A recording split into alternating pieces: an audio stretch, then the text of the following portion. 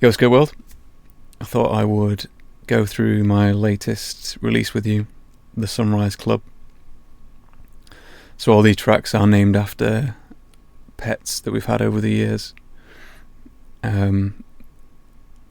which was inspired by the first song that has a crying lead on it that we just nicknamed, this is me and Harrison, Pablo's Mating Call. And that lead's been stuck in our head for the 3 months or whatever that this song's existed. And I thought it would be cool to name the rest of them after the cat, the bird, the other cat, the dog, and then another bird that stayed with us for a while but wasn't really our pet because it lived outside kind of thing, but it must have been a year or whatever. A white pigeon that we decided was French and called Pidge, and Harrison built a little hut for it outside out of some plastic, clear plastic, but with colours to it that we found, so when the sun was shining through it looked like a stained glass roof. So it was a very elegant French pigeon in a stained glass house. And the cover is obviously Pablo. And I said, I set the camera up and I said to him, are you ready for a photo shoot in an hour or whatever? And by the time I'd set the camera up, he was downstairs, sat in the kitchen waiting. Opened the door, picked him up, and then Harrison took these photographs. And then I put him back down again and he just came back inside. So we'll go through some of the music. We'll just flash through the bits. I'll tell you the bits that I like, the bits that I think make the tracks cool. So the first one, Pablo's Mating Call.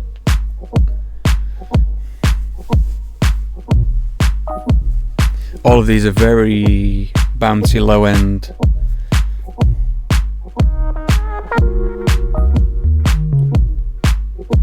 Kind of remind me of the stuff that I was doing early. If you listen to the Swaby Classics release, you'll hear this kind of movement in the low end, but with a Fender Rhodes, because it's the greatest, basically.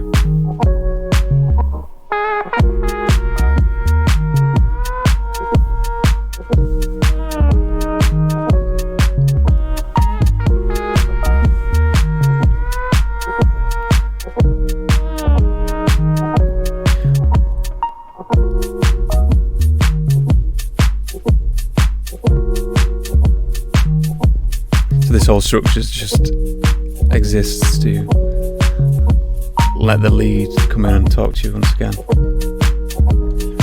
And the hats, I altered the length of the hats and the attack as well, which gives it a different swing as it goes through. You hear that?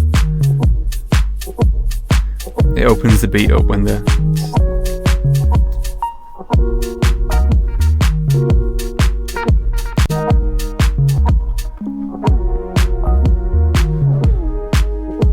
with a very K-Tronada inspired 2-chord little break and outro that opens up on the synth. The second one is Bash's Paradise. So this was a cockatiel that existed for the first few years of my life, and then went and lived in a bird paradise sanctuary and probably had a better life from the brief photographs and things that we saw. And you know, I'm not really a big fan of keeping birds inside.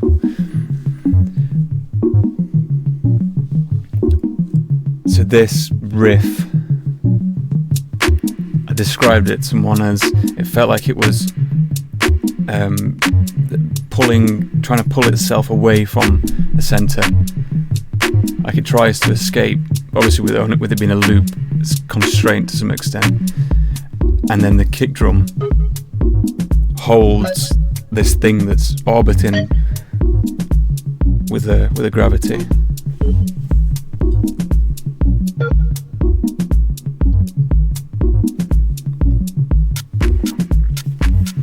And it's just an exercise in a groove.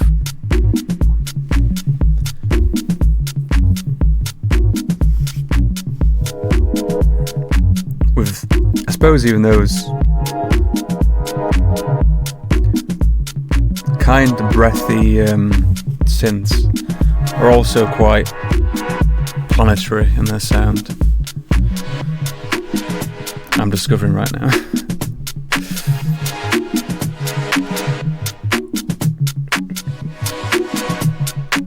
It also descends quite nice.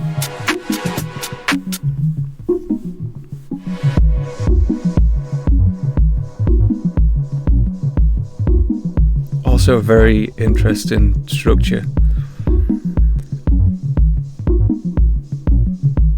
And then there's the single notes.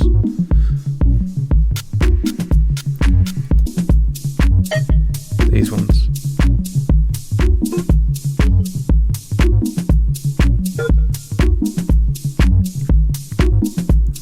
So we're seeing like waxy green leaves and large trees and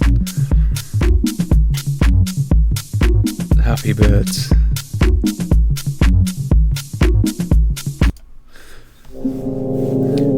Ginny was Mum's cat before I was here as well.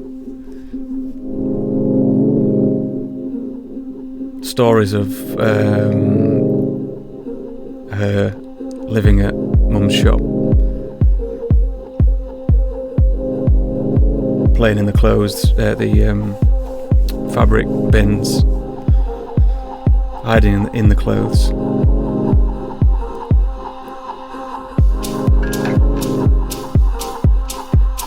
And it has that very cat-like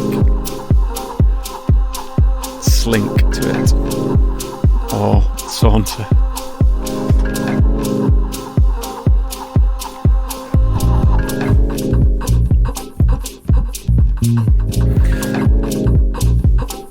I got a new bass and replayed the bass on this.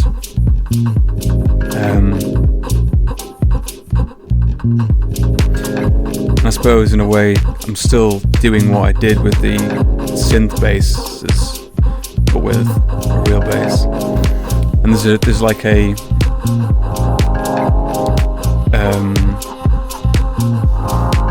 that noise, cash registry kind of noise, that was just happen chance of me playing the bass guitar and making that noise. So I dug that out of the sound and it lived there.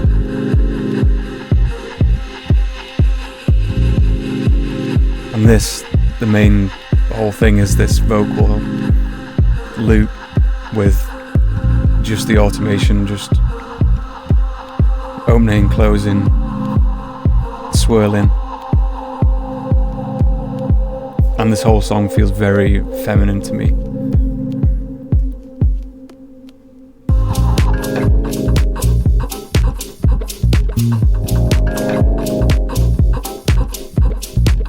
And that's just a guitar with a wah pedal on. I didn't want anything to come in and take away from what was already there. I just want something that would talk with the that synth that breathes. Sparky was a little Jack Russell that was basically like a little wolf, super furry, curly tail. I suppose he was like the proper family pet. There's just one photograph of him. He's on the beach. It's just like giving you the side eye.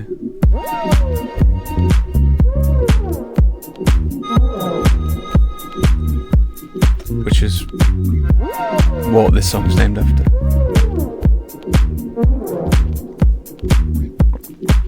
Mischievous. Real bass again. Back with the Rhodes. And there is 2 bass parts, same notes, they're just played slightly differently.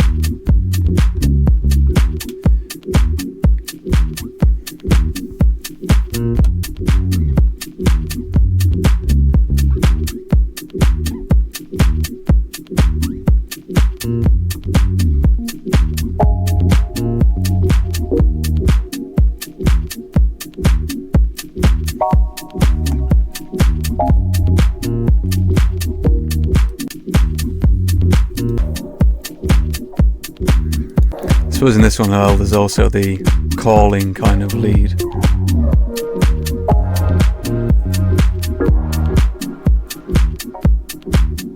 I see it as a free sound aesthetically, although it does sound a bit aquatic.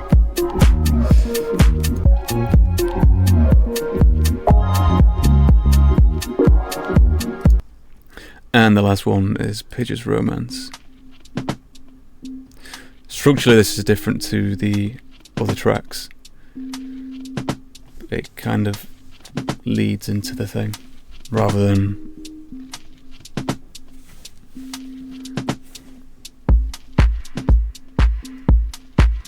but it felt fitting for the components of it.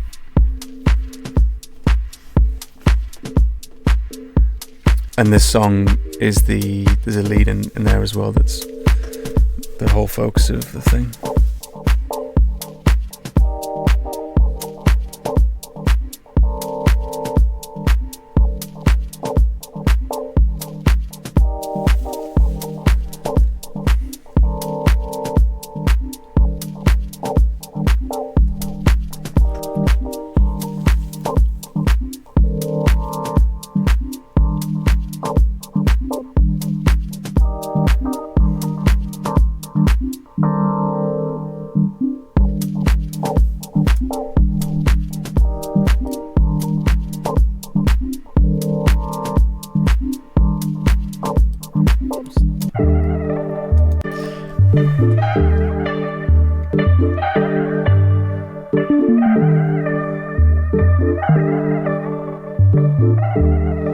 There's a vocoder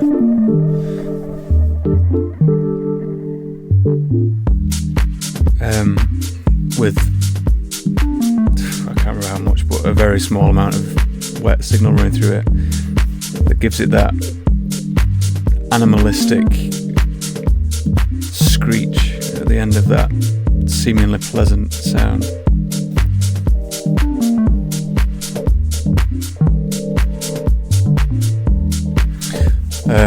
The pigeon, Pidge, got a boyfriend at one point and flew off and never returned. So I think it was over a year. I remember there being 2 summers that she was around.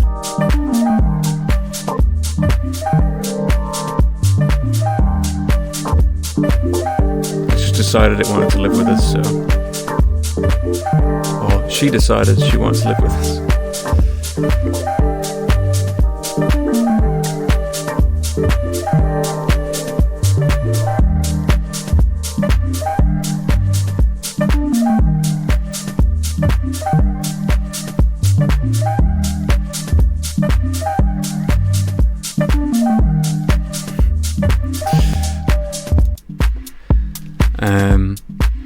I think you can probably understand why I put that at the end.